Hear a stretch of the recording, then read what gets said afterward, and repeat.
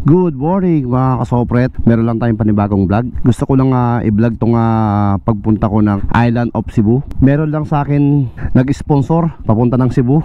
Salamat sa sponsor ko. 4 sila na sponsor ko. Saan nyo na makikita, mamaya nyo na makikita pagdating natin ng Cebu. So bibiyahe muna tayo ngayon. Galing dito sa Kabasalan, Zamboanga, Sibugay, going to Dapitan. Kasi sasakay tayo ng barge going to Dumaguete. Tapos papunta ng Santander, Cebu, Island of Cebu, doon tayo tatawid. Meron ding papuntang barge direct to Oslob. Hindi lang natin alam kung saan tayo makakasakay mamayang gabi. Ngayon ay siguro mga alas 10 na ngayon ang umaga. Hindi ko na alam. Ibiyahe muna tayo mga kasopret. Magpapagasolina muna ako. Full tank dyan sa gasolinahan at alas na tayo. Magpapaalam muna tayo. Alas na ako! Okay.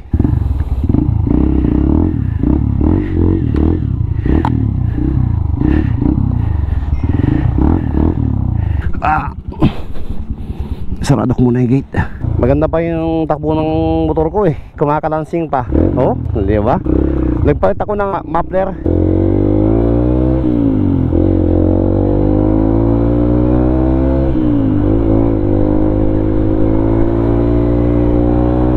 Woo! For the views. Pagasolina na ako. Full tank 150. Meron na kasi itong gasolina. Pero ang full tank nito mga 700 yata. Yun walang wala na talaga 700 sa sobrang mahal ng gasolina ngayon. Okay lang. Dito ko ng pagasolina sa Velox. Nandito tayo ngayon sa Kabasalan, Zamboanga, Sibugay. Yan. Diretso tayo ngayon ng Ipil. Trata na to mga kasopret. Ito yung first ride ko sa 2024. Long ride. 331 kilometers from dito ko sa Kabasalan. Ayan, Kabasalan, Zamboanga, Sibugay to Oslob. So Oslob lang naman tayo talaga pupunta. Tingnan natin kung meron tayong budget, maiikot ba natin yung Cebu? Kasi yung Cebu is maliit lang naman yan eh. Siguro kasi laki lang yan ng Zamboanga Peninsula. Daan-daan lang natin, ratratin lang natin to. At i-update ko lang kayo mga kasopret dyan sa makadaan-daan. Siguro, siyempre. Kasi yung memory card ko ay titipirin ko lang.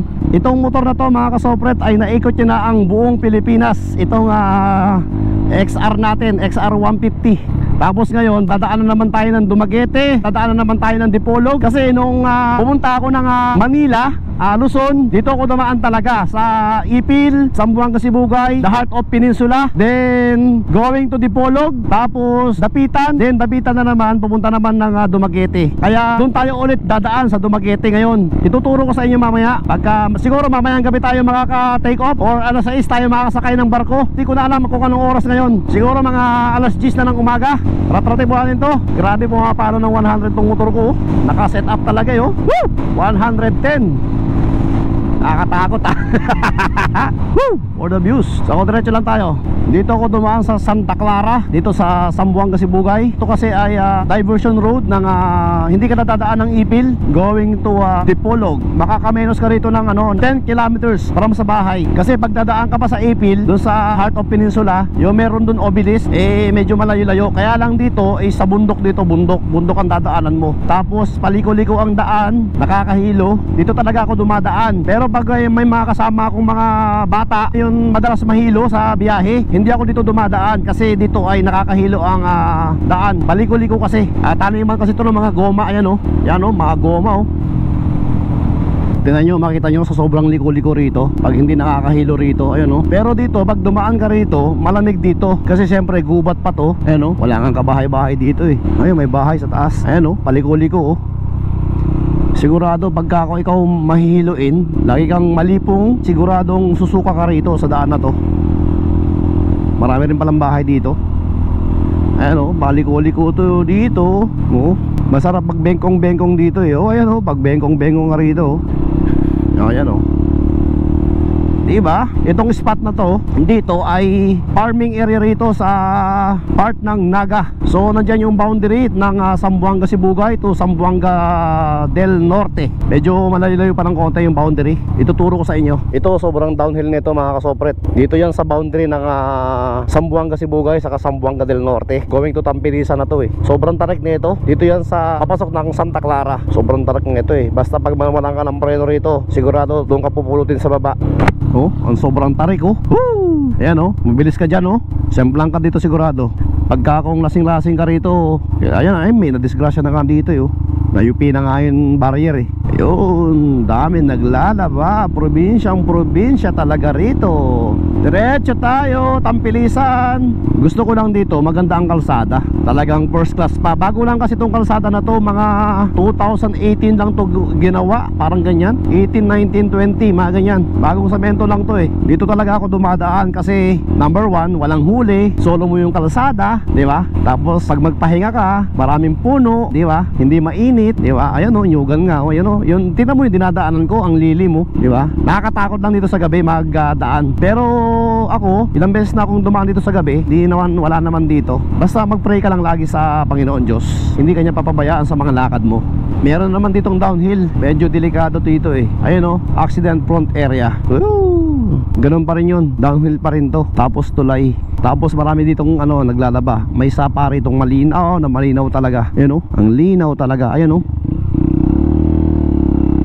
Sana wag nilang pabayaan yan na madumihan, magtapon ng basura, di ba? Yung mga plastic ng mga sabon, yung ano, dapat wag nilang itapon doon sa sapa para yung susunod na generation, mga bata, mapaliguan pa nila yung sapa na yan, di ba? Ganyan man yan. Yung mga shampoo tayo, di ba? Yung ugali natin, minsan yung mga pag naligo tayo, yung sachet niya, yung plastic niya, pinapabayaan na lang natin dyan sa ano natin, liguan, sa mga sapa-sapa. Yun ang babara. So diretso tayo, ang dami mong drama lan. Tara! Cool na cool dito magbiyahe kasi napakaganda ng kalsada rito. Tingnan mo naman, walang tanghaling tapat na nga. Anong oras na kaya? Relo ko dito sa ano ko, kaso hindi ako makatingin na relo.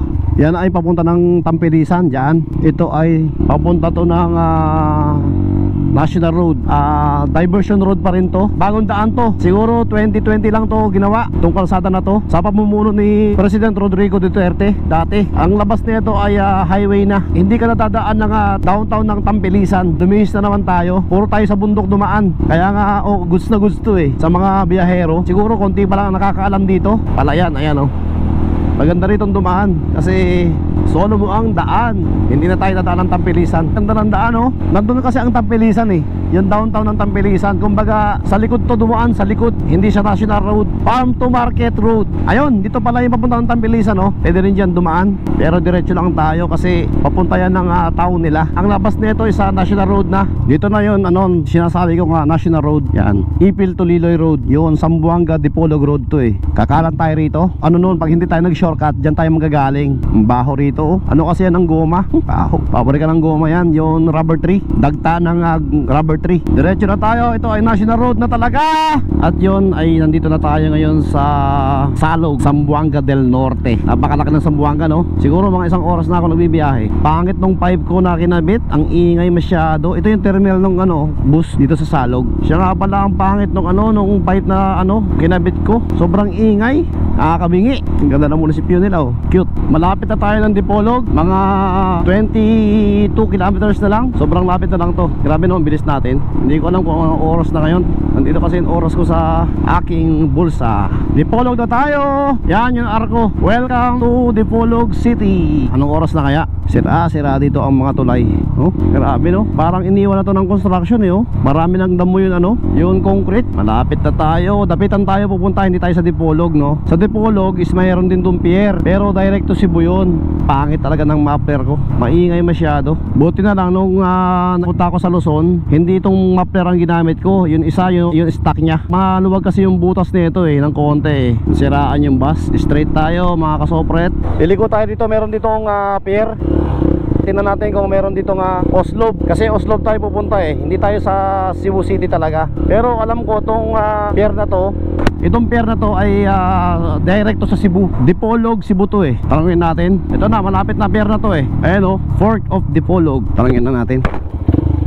Meron kaya ditong direkta Oslob? Wala sir. Direkta to, saan to? Dapitan sir. Sa Dapitan? Oo, Dapitan.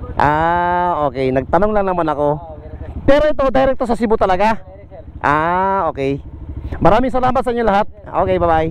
Ito ay tutumbukin natin ang Dipolog Boulevard. Tabing dagat. Parang nakakainis tong ko yung tambucho ko sobrang ingay. Buti pa sila kumakain na Maghahanap tayo ng kainan. Yung murang-mura talaga. Kasi ang pera ko ngayon ay 200 na lang. Kailangan natin mag-withdraw. Uy, Dipolog. Yan. Napakaganda rito mga kasopret dito sa Dipolog Boulevard. Pag minsan kasi nagbabakasyon kami rito, matagal din kami rito nagtatambay. Masarap dito, maraming masarap na pagkain dito. At dito tayo kakain. Meron ditong bulaluhan. Magpapark tayo rito ngayon. Okay, kain muna ako mga kasopret. Hindi ko alam kung anong oras na. Tignan natin kung anong oras na. Alas 12:39. So 10 ako umalis doon. Almost 2 oras lang boy, di ba? Ang Dipolog 2 oras at kalahati kamo na lang, di ba? Ganun kabilis. Few moments later. Kakain ko lang mga kasopret. Uy, meron na palang daan dito yo. Puntahan kaya natin yan. Pero dito muna tayo kasi mag-withdraw ko ng pera. Kasi hindi tayo makakatawid sa Dumaguete pag wala tayong pera. Hanggang Dipolog lang tayo. Magkano ang pamasahe na itong motor na to? Dito may video rito. Magkano kaya ang pamasahe na itong motor na to? Siguro mga 2,500 to hanggang sa Oslo. Teka lang mga kasopret kuha na tayo ng pera. Hindi, ito na yung downtown ng Dipolog mga kasopret. Yun hindi pa nakakapunta dyan. Sayang hindi ko na ipakita ron kanina. Yung medyo pinaka-town talaga nila. Sakop din naman to. Kaya lang medyo papalabas na to ng konti. Nandito pa pala yung kapitol nila sa kabila. Pero ano ba yun? City Hall ba yun o hindi ko kasi alam dito Hindi kasi ako taga rito Pero madalas ako dito. Ito maganda rito Yan ang laki. Kapitol nila yan. Kapitolyo. Kapitolyo ba yan? O siguro yan na nga yun. Dipolog na tayo. Ang aga, alas 12 pa. Siguro yun alis ng barge papunta ng Dumaguete or sa mainit sa Oslo mga alas 6 pa ng hapon. Pero okay na rin yun. Maghintay na lang tayo doon kaysa naman na maiwan tayo. Kasi isang biyahe lang yan Pag hindi tayo makasakay ngayon, bukas na tayo sasakay niyan, di ba? Nakagulo rito sa Dipolog. Daming sasakyan na rin kasi. Ito yung fountain nila roundabout Pag ganyan na tayo, pa left na tayo rito. Diyan Pero didiretso ako. Doon ako dadaan sa diversion road. Iikot tayo, ikot. Malapit na tayo mga kasopret. Nandito na tayo ngayon sa Dapitan. Pagbaba natin dyan is Dapitan na. Kasi ang Dipolog at ang Dapitan ay 15 kilometers lang yan. Ganun lang kalayo yan. Meron pier doon sa Dipolog at meron din pier dito sa Dapitan. Pero mas maraming barko dito sa Dapitan. Ang Dipolog kasi doon sa Port of Dipolog, yung pinuntahan natin kanina, ay direct lang yun sa Cebu. Dipolog lang yun to Cebu lang yun. Itong sa Dapitan ay marami. Sa Dumaguete, sa Cebu, sa babayang biyahe nito. Mainit sa Oslo, tapos papunta pa ng Manila kasi diyan dumuduong ang Tugo going to Manila. Kaya ito papunta tayo ron. Ipapakita ko sa inyo nung pagpunta ko kasi ng Manila dati, nung nag-rides ako papunta ng Palanan Isabela, dito rin ako dumaan. Dito talaga ang daan. Kung magpipilipin loop ka, dito rin ang daan kasi wala nang ibang daan kasi dito ang checkpoint dito ka magche-checkpoint, dito ka magpapapicture.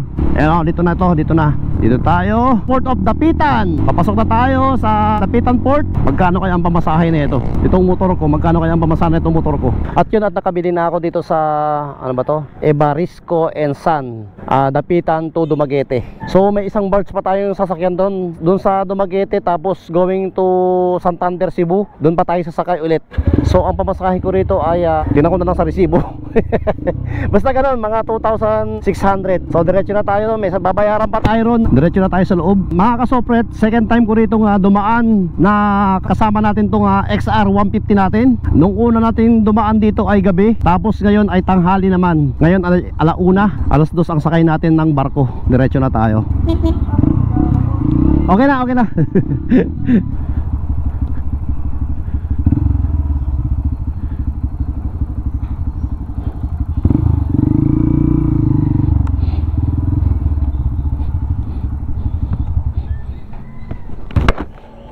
Magandang hapon din. Ay!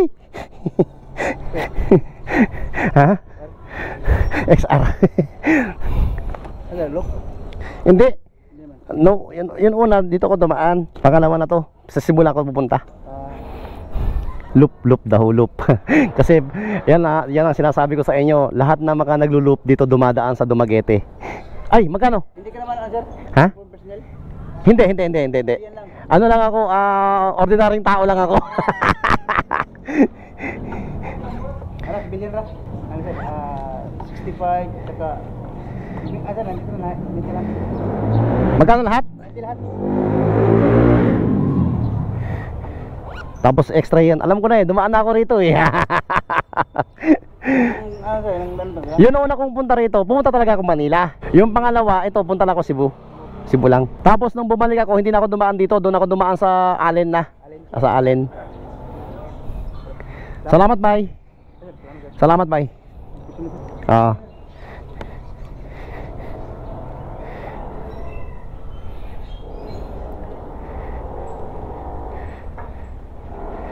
Hello ma'am, hi ma'am.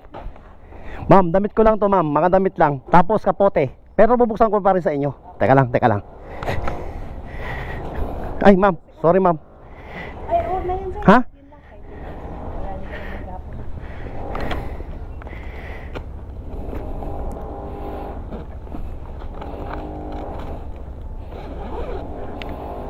Ito ma'am, kapote. Tapos ano sa paa, tools. Pwede po ba sir kahit yung belt bag na lang? Pupunta ako doon ma'am, pupunta ako doon. So magpapa-extra muna tayo kasi yung belt bag ko kasi ano to protocol din na to dito. Tapos ilalagay ko siya dito ngayon. Yan, hello po, hi. Tapos pupunta tayo rito. Papasok na tayo doon. Tapos kukunin natin ulit. Tapos lalabas tayo. Ganyan, 'di ba? 'Yun ang mga taga-dapitan. Tawa lang din si ma'am. Ma'am, thank you ma'am. Kaya ma'am. Opo, bye-bye.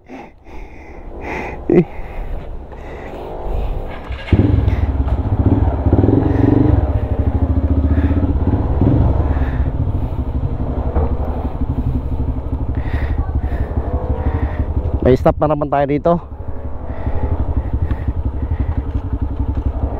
Magandang tanghali, hapon. Yung barko na yun sir. Ha? Ayun yung barko na yun? Maraming salamat.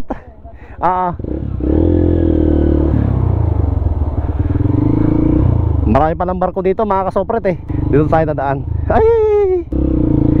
Ayan daming barko.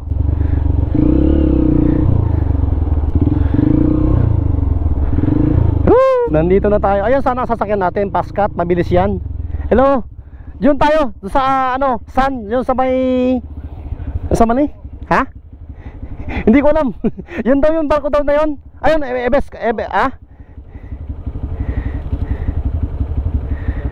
Salamat. Diretso na tayo doon. Salamat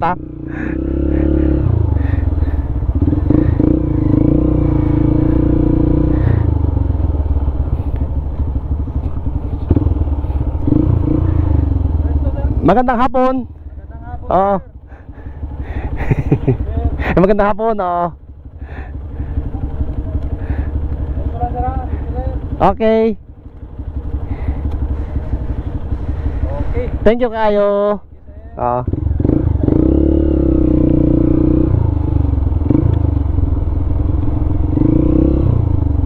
Ang laki ng barko. Diretso tayo mga kasopret.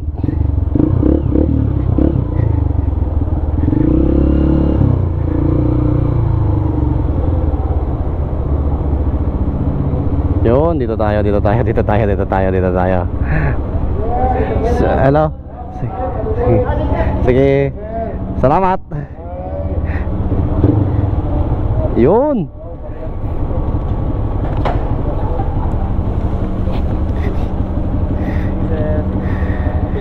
Happy New Year din.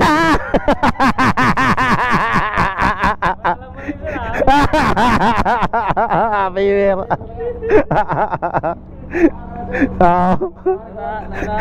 Nanalang.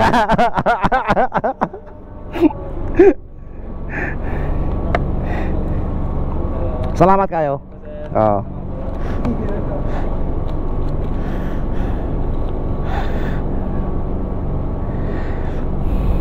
Aakit na tayo sa taas.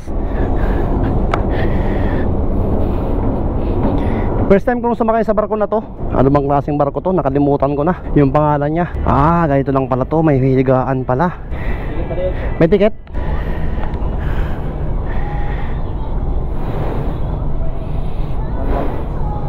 Ganun ba?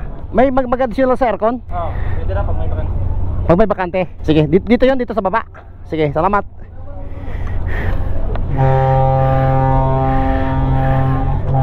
Salamat. May pagkain pala rito. Meron sa loob. Salamat ha.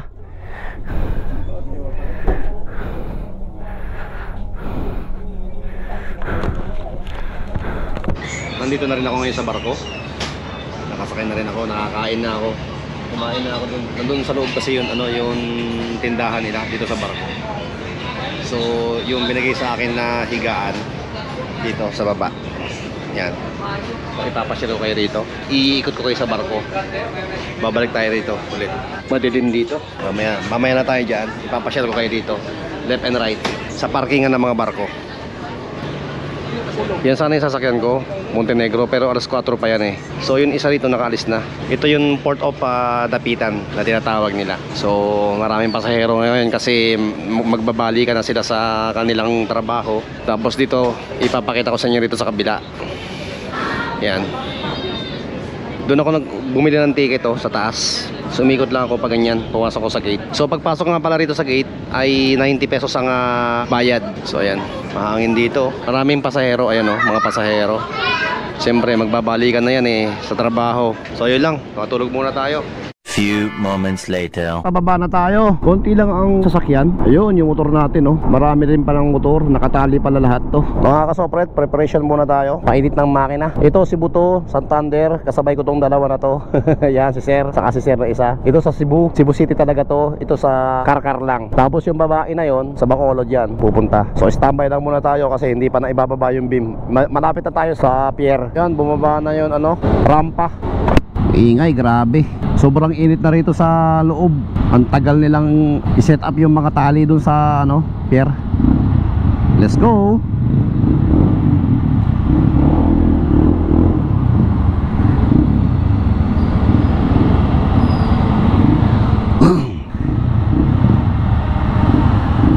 Welcome to Dumaguete. Yan na, makakatapak na tayo sa lupa ulit ng Dumaguete.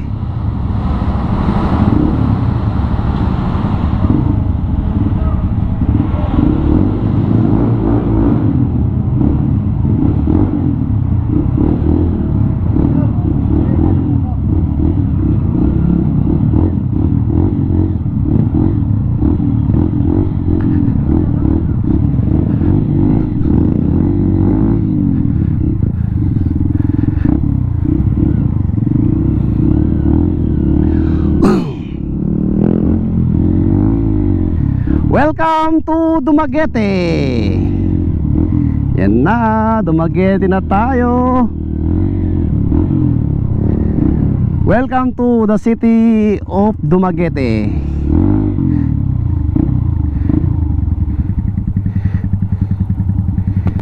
May ano pang kailangan nila rito? Ano ba ito?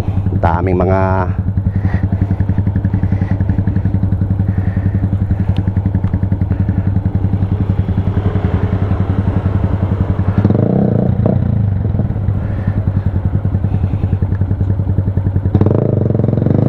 salamat.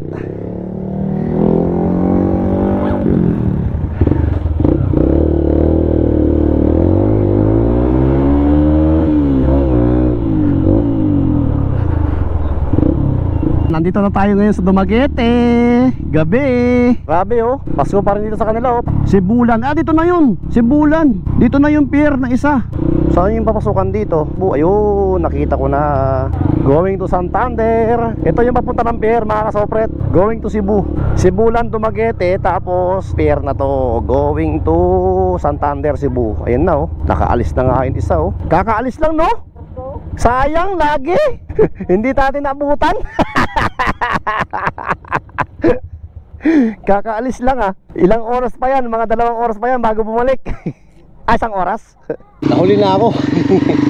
Nandun na yung mga kasamahan ko. Kumain pa kasi ako So ito ay Sibulan, Dumaguete City. Pasakay na tayo ng barge. Papunta tayo ng Santander. Ang pamasahe rito ay 270 yata yun. Kalimutan ko na.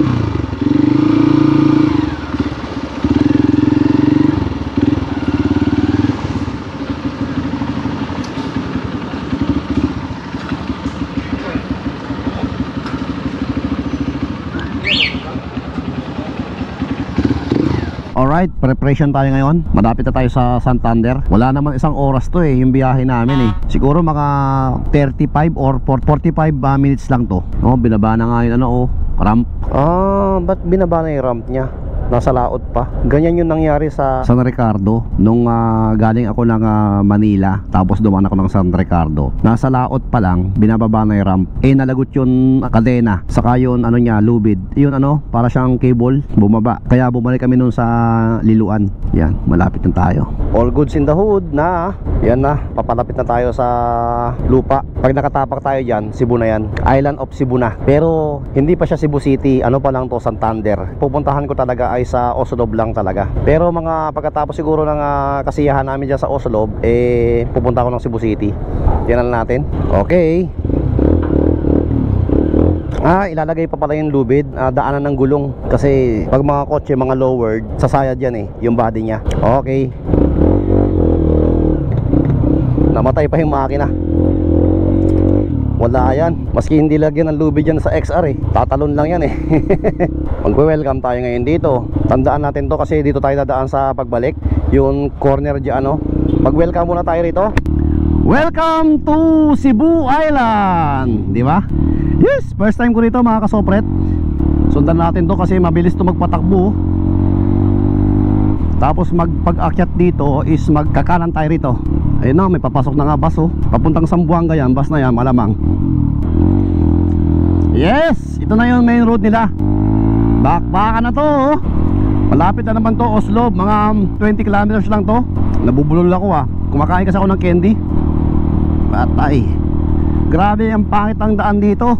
Naramdaman ko kasi gumagalaw yung mini driving light ko gumagalaw pag nalulubak. Palatan ko kaya ng bracket. Pero matibay naman na yung ginawa kong bracket na yan Dati naman hindi naman yung ganyan sa kasi nagdagdag kasi ako ng ilaw. Nung bumiyahe ako ng Luzon, isang ilaw lang kasi yan dyan. Tapos na yung problema ko, yung pagsakay ng bars, dalawa. From Dapitan to Dumaguete, plus Dumaguete to Santander. Sibulan to Santander nga pala. Itong binabakbak ko na to, nandito na tayo ngayon sa Cebu Island. First time ko rito mga kasopret. Kaya lang ingat-ingat tayo. Ang daming kurbada pala rito.